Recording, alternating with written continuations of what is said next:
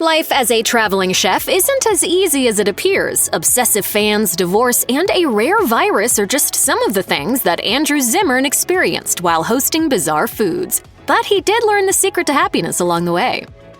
As odd as it may sound, what catapulted Andrew Zimmern to fame was his audacity to eat elk testicles. A 10-minute clip of him snacking on elk and ostrich meat was filmed by Minnesota-based television production company Tremendous Entertainment and sent to Travel Channel as a pitch for Bizarre Foods. The clip was well received and led to some pilot episodes for Bizarre Foods Asia. 3 years later, Zimmern found himself traveling around the world eating, well, bizarre food.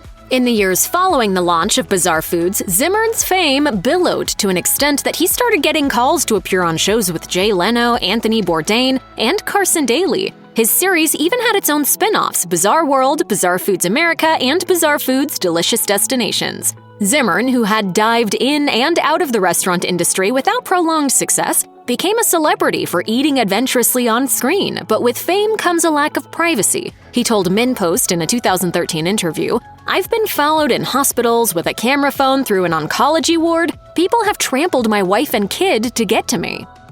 Andrew Zimmern has been to more countries than most people can identify in an atlas. Though he caught the travel bug from his dad, it was Bizarre Foods that gave the bug its wings. Now, the chef has a suitcase packed and ready to go at all times. He told Forbes in 2019, "The dirty laundry will come out of a bag when I return home and go back in right away once it's washed and dried. I just travel so much, it's really the only way to do it." Anyone who feels the need to take a vacation to spring back from vacation might wonder why he does it. Zimmern says, "The power of travel can be transformative." He sure wouldn't have found himself tasting Samoan coral worms or lethal Japanese fish if he was still running a restaurant in Minneapolis. A lot of learning can be gained through boundary-pushing moments, and that is exactly what Zimmern seeks in his travels and shares with his audience. With fame comes responsibility, and Andrew Zimmern soon realized his words weren't merely sentence fillers. Instead, they had the power to unite or divide his audience. For example, when he said that Filipino food was going to be the next big thing in 2012, he was met with disapproval. According to Thrillist, numerous people said that calling it a trend disregarded the centuries-old history of the country's cuisine. Then, in a 2018 interview with Fast Company, he offended many people by belittling Chinese restaurants in the Midwest per eater. In his conversation with Fast Company, he mentioned learning important lessons ever since he expanded the circle of people he dined with. Zimmern acknowledged that in its initial days, the series did portray a lot of cultural insensitivity. I had to change it if I wanted to have a longer career doing that. The show has even been accused of exoticizing poverty. Per the book, The Political Language of Food, Bizarre Foods engages in poverty tourism. After becoming the executive producer of the show in its third year, Zimmern adjusted his storytelling and barred himself from using phrases such as ethnic food and hole in the wall, which he had come to realize were derogatory and, quote, steeped in white privilege. How do you eat shrimp? According to Zimmern, your answer to that question could explain a lot in terms of how much you care about food waste. Here's an eye-opener for those whose idea of a feast is endless headless shrimp from Red Lobster. The heads contain all the flavor. But as a culture, Americans eat for speed and convenience, as Zimmern explained in a conversation with Travel Channel. In 2001, Joe Klaus, the director of marketing for Empress International, a large seafood company, told The New Yorker that only 5% of the 950 million pounds of shrimp sold in the U.S. have their heads still on. This isn't the case in Europe, Asia, or South America. Zimmern reached the same conclusion, noting that in Japan, they arrange them on a plate and serve the heads as a second course to call out their importance. It's a very, very elegant version of a dish I've tasted many times. Yes. That's good. For those who wake up dreaming about French toast with maple syrup or sugary cereal, Zimmern's words in a Lifehacker interview might sting a bit. The American breakfast is toxic for people. He views Japanese breakfasts as the ideal, healthy, and delicious combination. You have some pickles and a little bit of rice and a little bowl of broth of some kind, and a little piece of leftover broiled fish.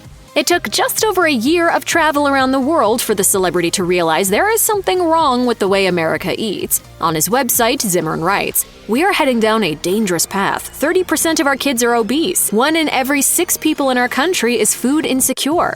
He went on to call the food system in America damaged. How can we help? Zimmern suggests eating more vegetarian food, replacing imported salmon with small fish available seasonally, and opting for wild game protein sources. Zimmern sure can eat a bug in a blink, but he never wanted to be known just for that. The first year, I had no control over the show. It was definitely fat guy goes around the world, eats bugs. His goal was to educate people about different cultures, and if he has to eat braised pig foot ice cream, so be it. He said in an interview with Blue Zones, "Food is the perfect microscope with which to view a culture. I can learn more sitting around the table in Spain than visiting a museum."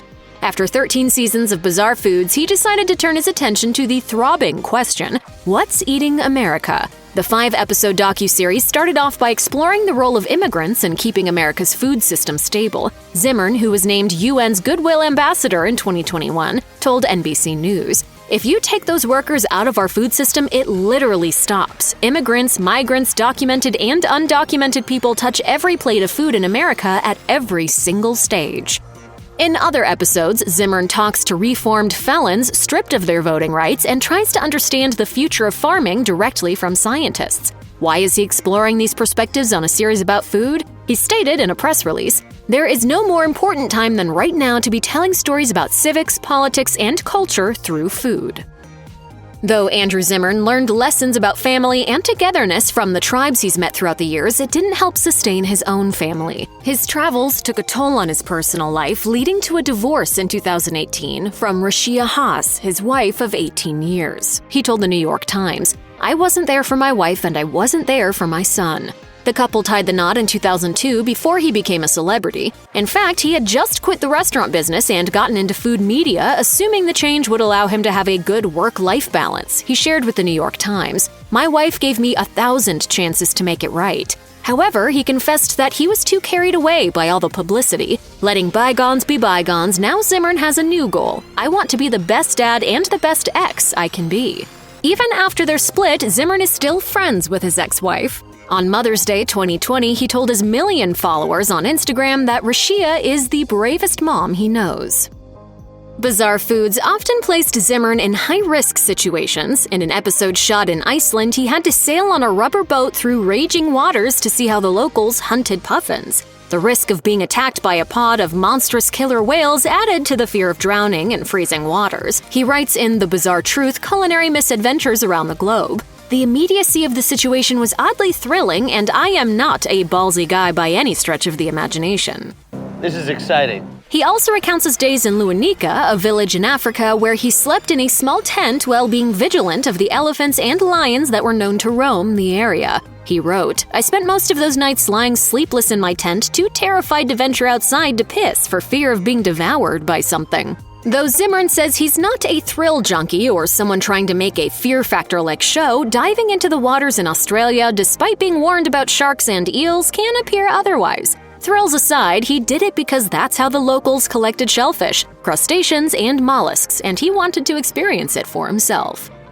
For someone whose life looks like one long vacation, Zimmern has been through some bleak times. He started drinking alcohol while still in school to deal with his mother's health issues. Though the Vassar graduate was a brilliant chef, his addiction put his career on pause, worsening to a point that he had to steal to survive. According to the New York Times, Zimmern shared his experiences with prison inmates as part of their sobriety program, telling them, "I was the vagrant pushing the shopping cart that people crossed the street to avoid." He has been sober since 1992, but has kept the past fresh in his memory. He shared in an interview with the AV Club, "It's my greatest asset. For me, it's saying I remember and cling to every single day, and if it can be helpful to someone else, I'm anxious to share it." Ever since Bizarre Foods, people have been interested in knowing about his battle. He shared, "There's not a public event that I do that somebody doesn't come up to me and say, 'Thank you so much, I'm 2 years clean, and you are my hero, and then I found out you were sober and I realized I can do it too.'" When Andrew Zimmern did an episode in Morocco in 2005, he brought back not just memories of the grand cuisine of the North African nation, but also a virus. He told ABC News in 2014, I picked up a virus about 10 years ago in central Morocco from tainted human. "How serious is it?" Zimmern answered in a Reddit AMA. "Occasionally, once a year, I have a flare-up of a rare disease called burning mouth syndrome. I pass it off as a simple casualty of war." This syndrome, as per WebMD, can affect any part of the mouth or throat, causing difficulties in swallowing and a tingly, numbing sensation. The fact that Zimmern continued traveling and tasting bizarre foods even after the incident is a testament to his adventurousness and his appetite. But the virus did change the way he travels. Zimmern tells HuffPost that his must-carry item since 2005 is a steroidal rinse for his mouth, which helps with the flare-ups. Andrew Zimmern had to travel to countless countries to discover the secret to happiness. Though born to a wealthy family in New York's Upper East Side, he grew up fighting depression and anxiety. In his book, The Bizarre Truth: Culinary Misadventures Around the Globe, he recalls how mistaken he was to think that his quality of life was better than those living in tribal Africa. He writes, "How superior and smug I felt. What a little snot I was. Well, actually, I was just inexperienced and untraveled." And so he began traveling. Over the years, he realized that people are at their best when they're traveling. Bizarre Foods took Zimmern to unheard places where he carried with him questions about life and existence. It took almost 4 decades, but as per his book, he finally got his answer from a shaman in Botswana. The bizarre truth is that the secret to happiness is simply the ability to love and respect other people. Check out one of our newest videos right here. Plus, even more mashed videos about reality show hosts are coming soon. Subscribe to our YouTube channel and hit the bell so you don't miss a single one.